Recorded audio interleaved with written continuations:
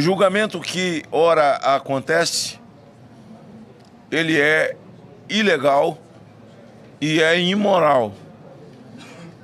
As peças apresentadas por Alexandre de Moraes, elas estão longe de estar condenando alguém que nada roubou, que não esvaziou os cofres do país, alguém que não lambeu os fundos de pensão, que assaltou a Petrobras. Jair Bolsonaro não está sendo julgado por peculato, por lavagem de dinheiro e por formação de quadrilha. Jair Bolsonaro está sendo julgado por uma tara de Alexandre de Moraes. Ele tem uma tara pessoal em Jair Bolsonaro. É pessoal tão somente. É vergonhoso o que está sendo feito fora do ordenamento jurídico do país. O país sempre teve um ordenamento jurídico e todo e qualquer julgamento tem que ter como base o ordenamento jurídico, até porque esse julgamento deveria estar acontecendo na primeira instância, não tão somente para Jair Bolsonaro, mas para todos aqueles que foram presos no dia 8 de janeiro. Então veja, além de ser ilegal fora do ordenamento, ele achou que o crime era pouco. Ele criou mais um departamento criminoso, onde, por ironia do destino ou não, providência de Deus, ele coloca o talha-ferro como o líder principal.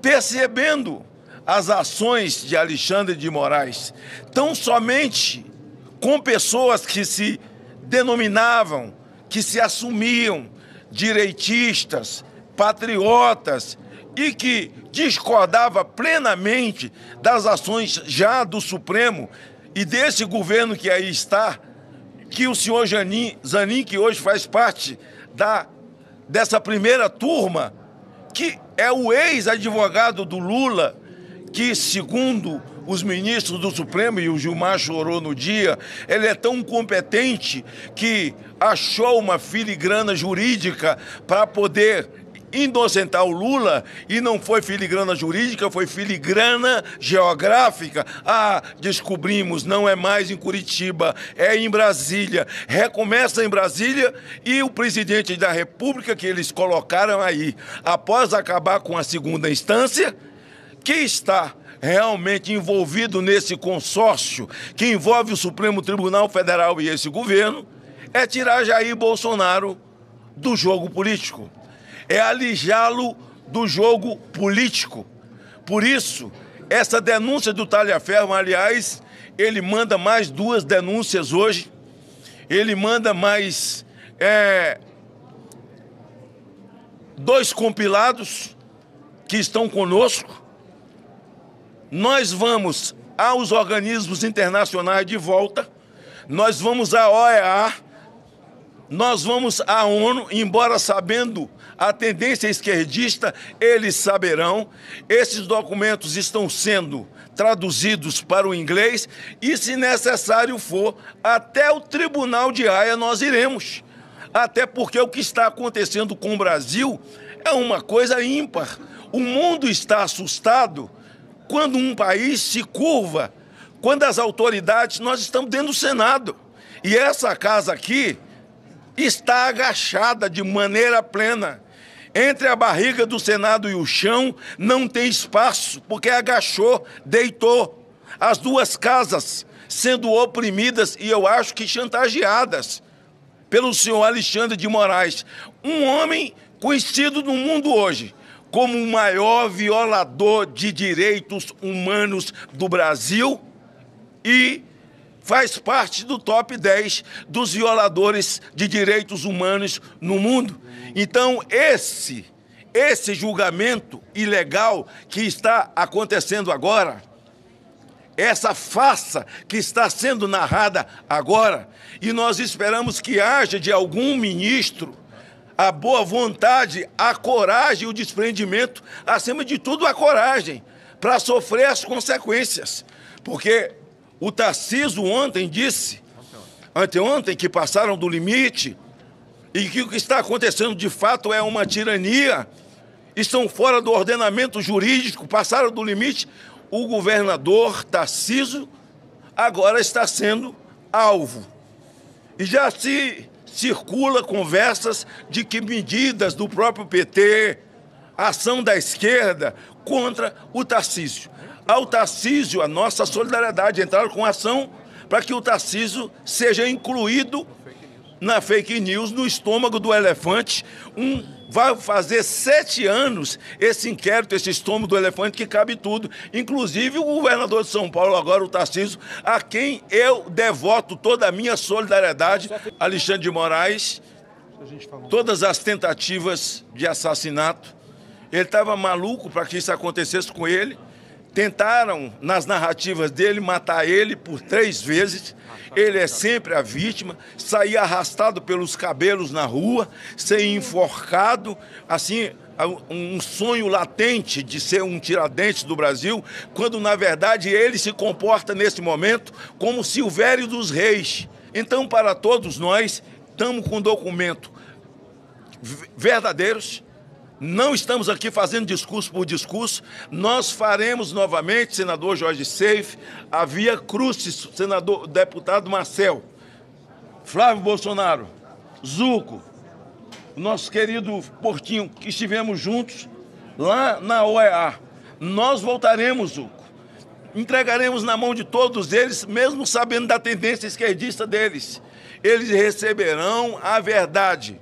Nós estamos indo à Itália, porque esse rapaz não pode ser alvo desse indivíduo, para que as autoridades italianas cuidem da segurança desse brasileiro corajoso que teve coragem de expor as vísceras de Moraes. Moraes está nu em praça pública. Certamente, ao final de tudo isso, nós o chamaremos de Alexandre o Imoral. Pois é, mas não para por aí, porque depois dessa entrevista coletiva que os senadores deram ali na porta do Senado, falando sobre esse julgamento e toda essa farsa, o próprio senador Magno Malta subiu na tribuna do Senado Federal e olha o que ele falou, pessoal. Ele entregou algo aqui que realmente muitos brasileiros ainda não sabem e ele falou qual que vai ser as medidas tomadas pela direita ali no Senado Federal, porque agora a paciência acabou, não tem mais nada para acontecer, o julgamento já aconteceu, a condenação já veio, então agora chegou a hora de agir, pessoal. Olha o que o senador Magno Malta falou que a direita vai fazer. Confira essa matéria, dá um like aí nesse vídeo, pessoal. Se você ainda não está inscrito nesse canal, se inscreva agora, rapidinho, pessoal. Vamos para essa matéria aí, a decisão inédita que o Senado Federal vai tomar com relação a esse julgamento. Confira. Eu sabatinei Moraes, esse, por pedido do Temer, que quando fui deputado federal, era o presidente da casa, e eu presidindo a CPI do narcotráfico, senador Esperidião a mim. O Temer me deu todas as condições para um novato, senador Girão, com apenas 4 meses de Câmara Federal. Eu recebi Alexandre de Moraes com 2 caixas Chamex dessa altura de denúncias contra ele, contra o seu comportamento, ou não comportamento, ou falta de comportamento.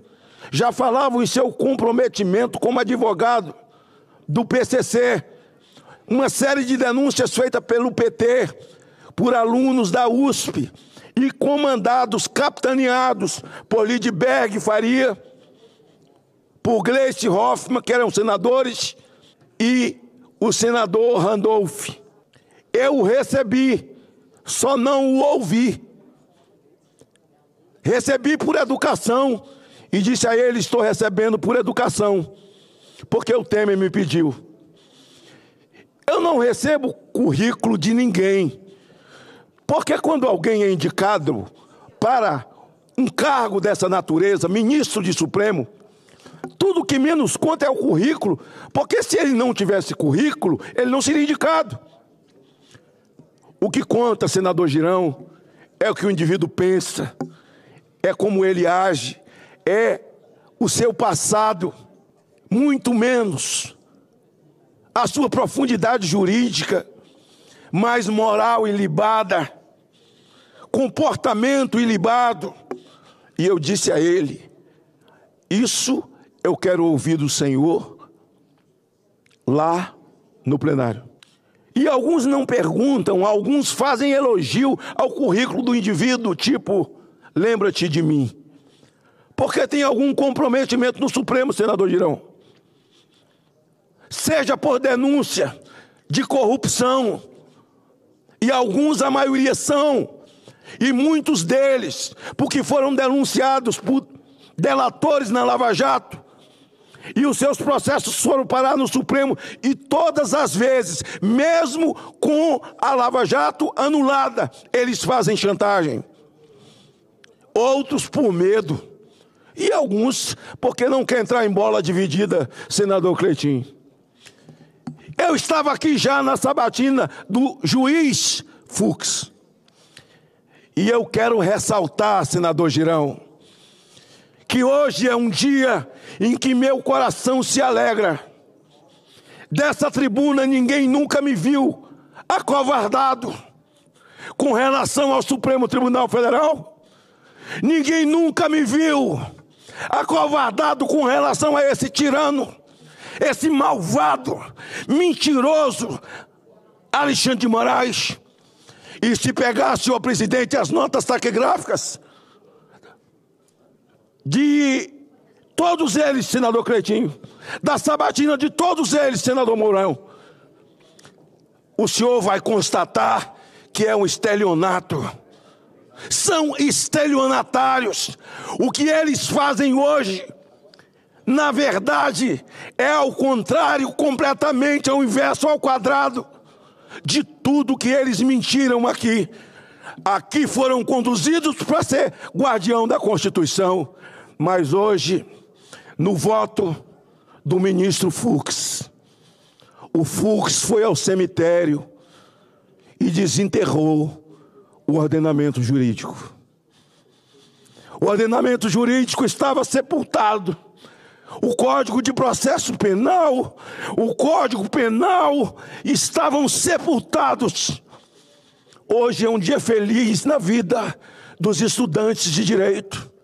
Hoje o Fux resgata a dignidade do advogado, coisa que a OAB não fez. O Fux hoje traz à luz toda a arruaça feita pelos black blockers, e ele cita os black blockers, feito na esplanada dos ministérios em 2016. O senador Humberto é testemunha, porque já estava aqui nessa casa. O governador era Hollenberger. Quando eles botaram fogo em toda a esplanada, o Fux relembra e diz: não foi feito nada, e os crimes imputados são os mesmos que estão na lei e ninguém agiu.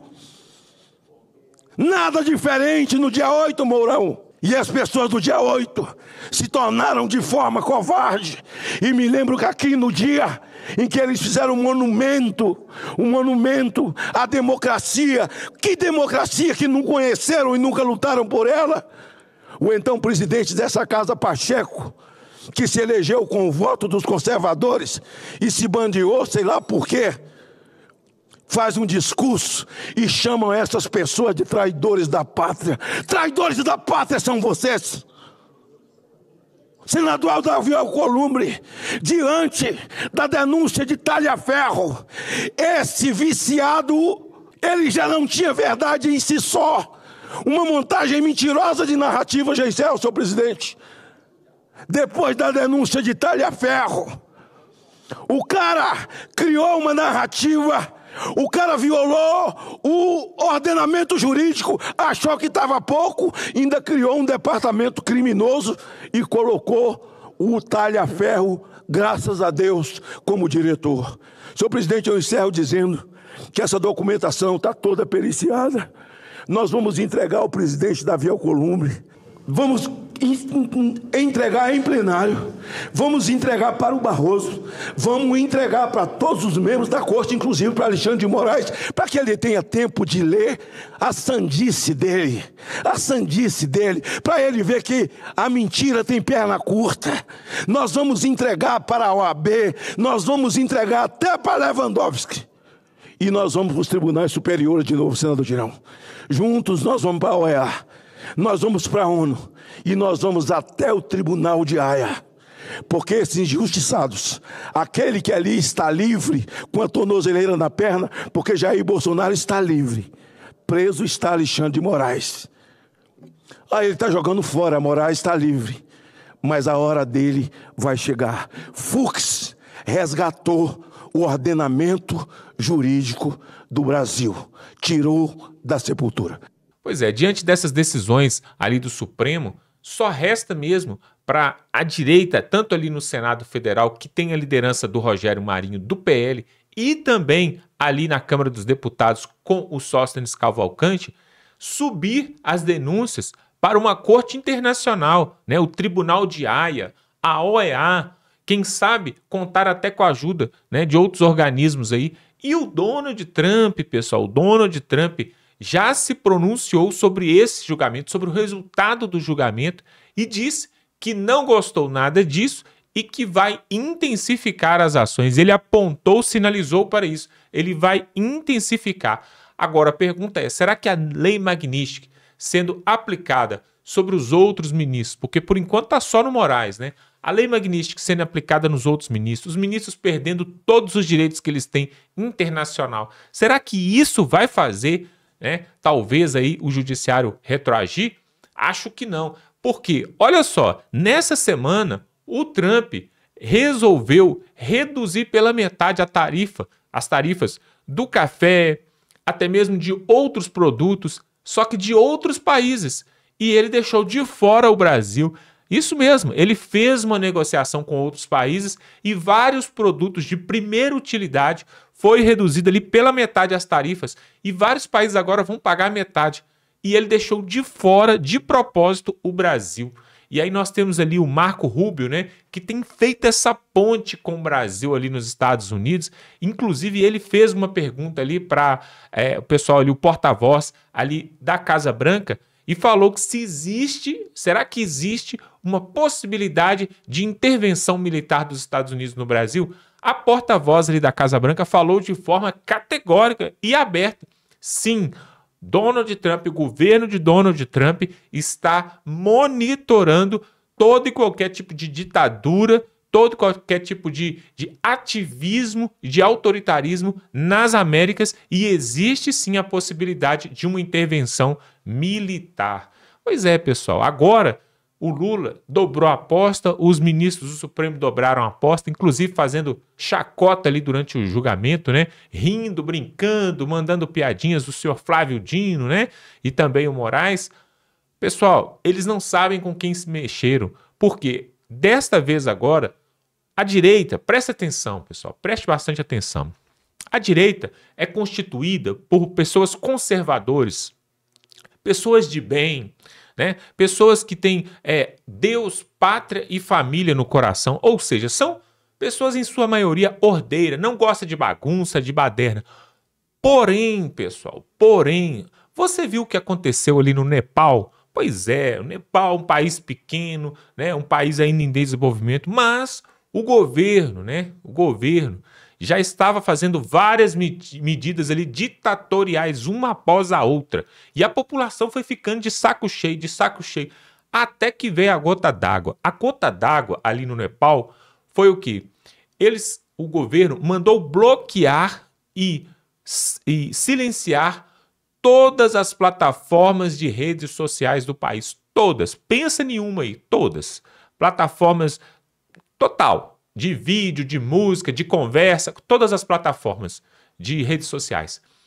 Aí gerou uma insatisfação e uma frustração na população generalizada, principalmente nos mais jovens, aqueles ali de 15, 16, 18 anos, 25 anos, porque são os que mais usam as redes sociais. E o que aconteceu? Eles foram para a rua quebraram tudo, pegou a esposa do premier lá, queimou ela viva e várias pessoas morreram. Foi uma catástrofe. Tá passando aí no YouTube, no Google, você pode dar um Google que você vai ver. E aí o que aconteceu? O líder lá deles renunciou, abriu mão, fugiu, saiu fugido, né? Mais ou menos o que o Maduro quer fazer aqui na Venezuela.